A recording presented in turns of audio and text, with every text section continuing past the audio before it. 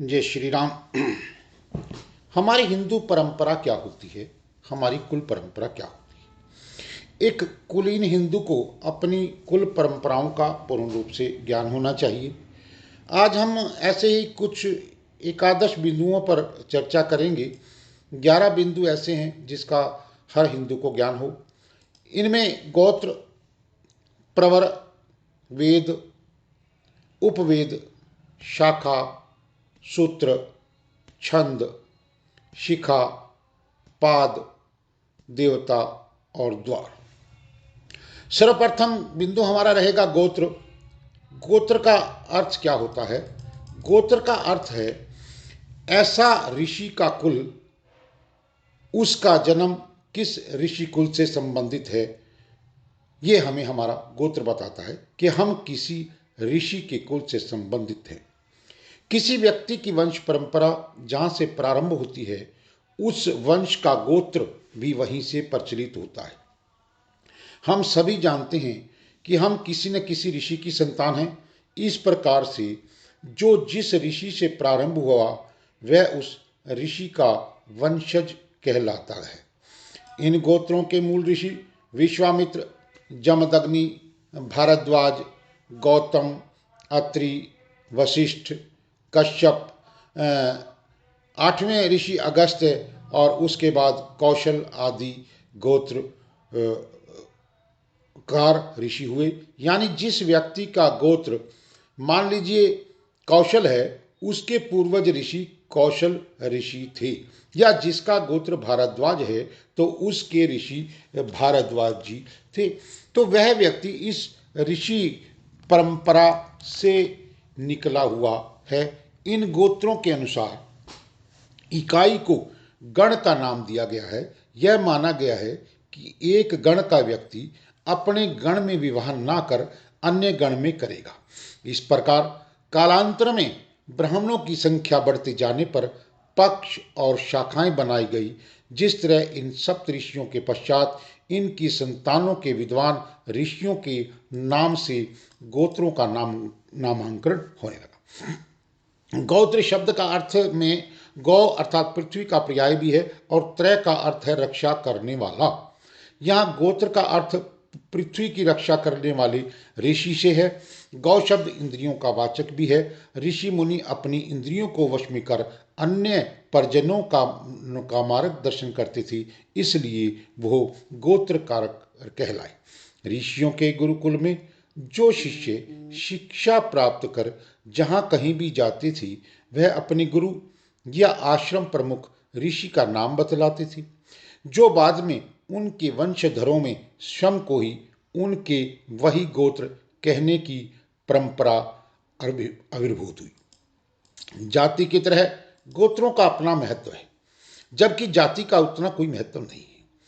जैसे गोत्रों से व्यक्ति और वंश की पहचान होती है, गोत्रों से व्यक्ति के संबंधों की पहचान होती है, गोत्र से संबंध स्थापित करने में सुविधा होती है, गोत्रों से निकटता स्थापित होती है, भाईचारा बढ़ता है। गोत्रों के इतिहास से व्यक्ति गौरवान्वित महसूस करता है और जानता है कि मैं किस ऋषि का वंशज हूँ। इसी प्रकार दूसरा बिंदु होता है प्रवर। प्रवर का अर्थ होता है श्रेष्ठ। अपनी कुल परंपरा की पूर्वजों एवं महान ऋषियों को प्रवर कहते हैं। अपने कर्मों द्वारा ऋषिकुल में प्राप्त की गई श्रेष्ठता के अनुसार उन गोत्र प्रवर्तक मूल ऋषि के बाद होने वाले व्यक्ति जो महान हो गए, वे उस गोत्र के प्रवर कहलाते हैं। इसका अर्थ है कि आपके कुल में आपके गोत्र प्रवर्तक मूल ऋषि के अनंतर 3 अथवा 5 आदि अन्य ऋषि भी विशेष रूप से महान हुए थे। इसी प्रकार तीसरा बिंदु आता है वेद। वेदों का साक्षात्कार ऋषियों ने किया, ऋषियों ने उनसे लाभ प्राप्त किया। इनको सुनकर याद किया जाता है। उन वेदों के उपदेशक गोत्रकार ऋषियों के जिस भाग का अध्ययन, अध्यापन, प्रचार, प्रसार आदि किया, उसकी रक्षा का भार उसकी संतान पर पड़ता गया। इससे उनके पूर्व पुरुष जिस वेद के ज्ञाता थे, उसी के अनुसार वो वेदाभ्यासी कहलाते थे। प्रत्येक ब्राह्मण का अपना एक विशिष्ट वेद होता है जिससे वह अध्ययन अध्यापन करता है। इसी प्रकार चौथे पॉइंट के अंदर आएंगे हम उपवेद के बारे में। प्रत्येक वेद से संबंध विशिष्ट उपवेद का भी ज्ञान होना जरूरी होता है। अब पांचवा पॉइंट आता है शाखा। वेदों के विस्तार के साथ ऋषियों ने प्रत्येक एक गोत्र के लिए एक वेद का अध्यापन करने की परंपरा कर दी।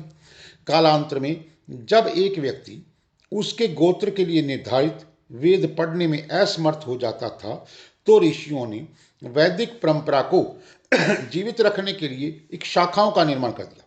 इस प्रकार से प्रत्येक गोत्र के लिए अपने वेद की उस शाखा का पूर्ण अध्ययन करना आवश्यक कर दिया गया।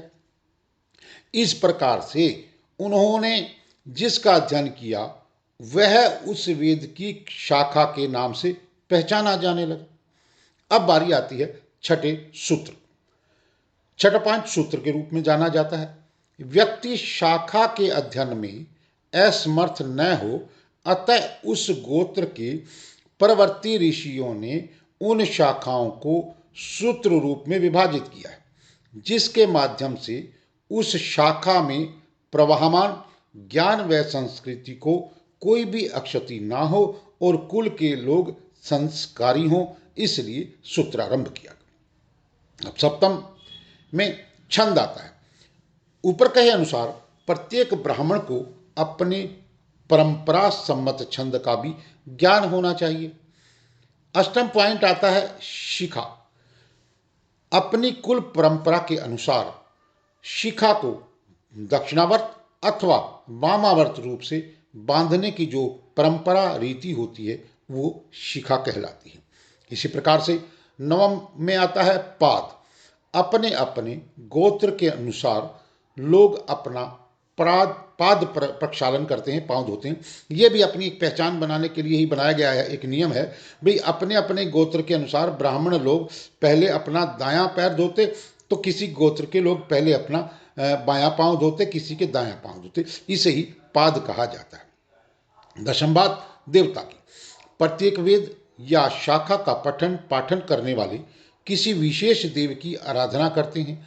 वही उनका कुल देवता गणेश, विष्णु, शिव, दुर्गा, सूर्य इत्यादि पंच देवों में से कोई एक या उनके आराध्य देव भी हो सकते हैं। इसी प्रकार कुल के भी संरक्षक देवता या कुल देवी होते हैं। इनका ज्ञान कुल के व्योवृद्ध माता पिता द्वारा अपने बुजुर्गों के द्वारा अगली पीढ़ी को दिया जाता है। देखिए, एक कुलीन ब्राह्मण को अपने तीनों प्रकार के देवताओं का बोध तो अवश्य ही होना चाहिए। कौन सा? एक इष्ट देवता अथवा इष्ट देवी, कुल देवता और कुल देवी, ग्राम देवता और ग्राम देवी। क्योंकि ये जो चीज़ें हैं ये आपको वेदों में और इन चीज़ों में नहीं मिलेंगी, ये कुल परंपराओं से ही प्राप्त होंगी। क्योंकि ये कोई शास्त्र पुराणों का विषय नहीं है। कुल देवी, कुल देवता, कुल गुरु आदि जो है, तो इनका ज्ञान अपने बुजुर्गों से आपको प्राप्त हो। अब 11वां जो पॉइंट आता है वो होता है द्वार। यज्ञ मंडप में यज्ञकर्ता जिस दिशा अथवा द्वार से प्रवेश करता है अथवा जिस दिशा में बैठता है वही उस गोत्र वालों का द्वार होता है। तो इस प्रकार से ये 11 पॉइंट जो हैं हर हिंदू को, हर सनातन धर्मी को, हर कुलीन ब्राह्मण को ज्ञान होनी चाहिए। अगर आपको हमारी ये वीडियो अच्छी लगी है तो कृपया हमारे इस चैनल को आप लाइक करें, सब्सक्राइब करें, शेयर करें, ताकि हम आप सब मिलकर हिंदू संस्कृति का अधिक से अधिक प्रचार एवं प्रसार कर सकें। जय श्री राम, जय सीताराम, जय जय सीताराम, जय जय हनुमान, जय हिंदू, जय सनातन।